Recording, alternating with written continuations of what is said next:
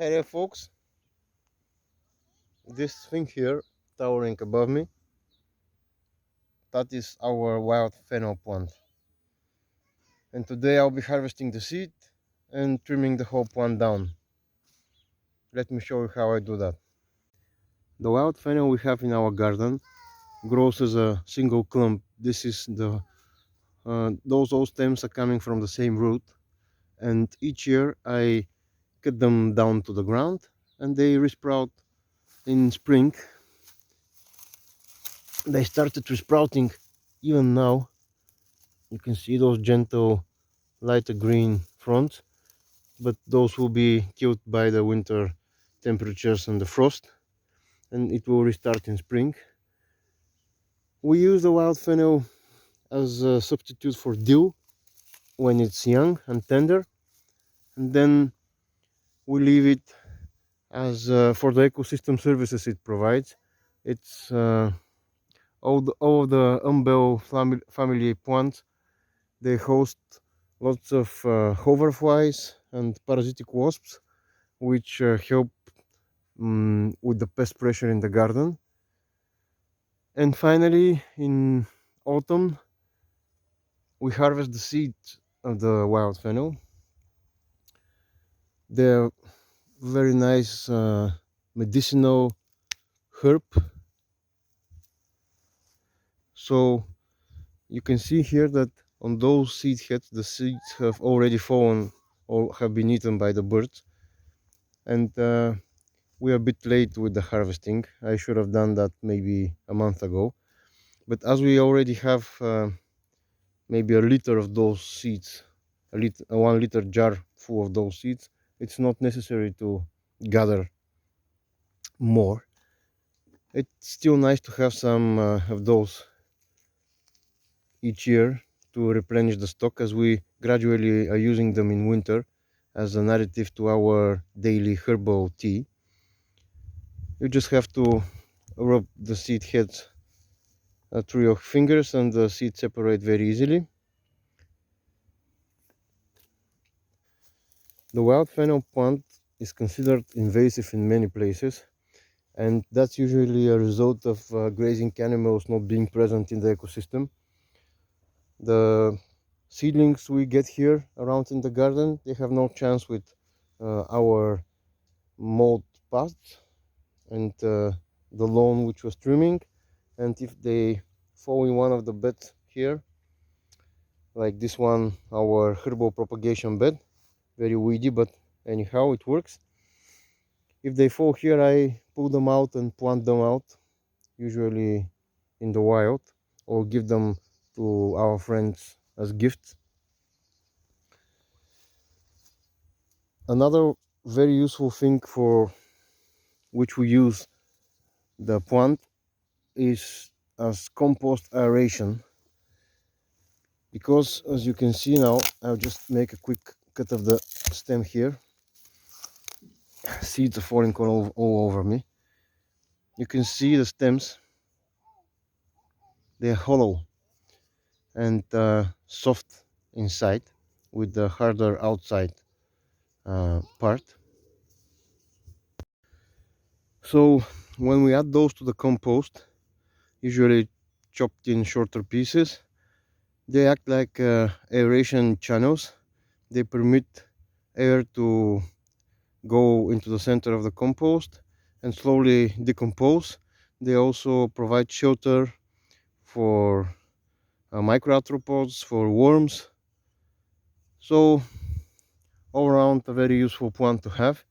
The only problem which we might have with it, if it starts spreading around, but usually in the first 1 or 2 years it's not hard to pull it out by digging and cutting the root. Usually I'm not looking to be precise when I'm chopping it down.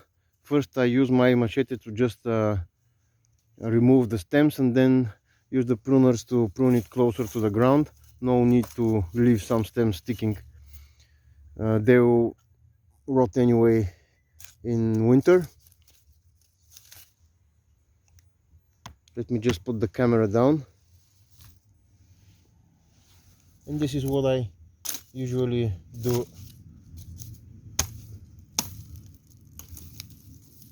When I chop the stems and all the seeds are falling all over, it means that I have delayed too much my cutting, so there will be not much left to harvest now, because most of the seeds will fall down in the process of cutting the stems. That's not really a problem. As I told you, we already have a good stock of those, but this also means that probably next spring we'll have a nice flush of seedlings, which I'll be able to use as gifts. And you can see it has lots of weeds growing through it, but that's not a problem because its root structure is vertical. It's like a carrot growing down very deep. This is a 6 to 7 year old plant, so this will now be, you need like an excavator to remove it in its wholeness. So those surface grasses, they don't interfere with it at all, which is one more reason which because I like it. So I chopped the stems of the wild fennel into shorter pieces, and those will go into the compost now. We are right now preparing the third bay of our 3-bay system for starting it, so it will be of great use as a base for the new compost. But I wanted to, oh, by the way, I just remembered that traditionally those plants with hollow stems have been used to make like a woodwind instrument, a simple flute for kids, and you can use those to make one of those flutes. Maybe next year I will remember in time and show you how to do it. But I wanted to talk just for a second about the medicinal properties of the fennel seeds, which we are using while having medwar.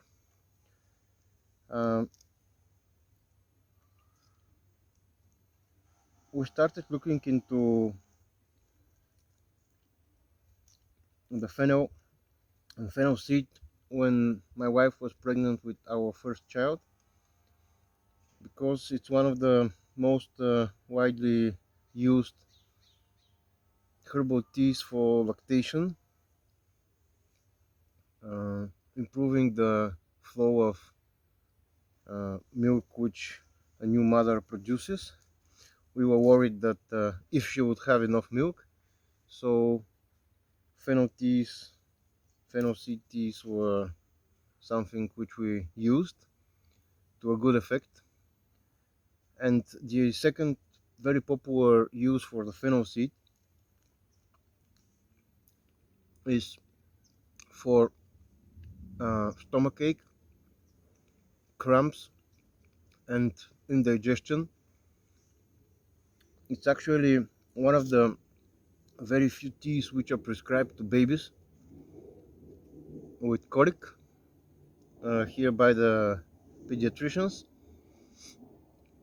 but also it's very helpful for older people, especially if you mix it with mint.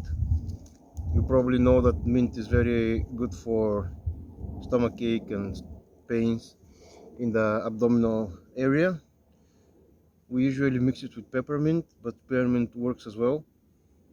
And the best part of it is that the sweet anise taste of the seeds of the fennel combine very well with the minty freshness of the peppermint or the spearmint.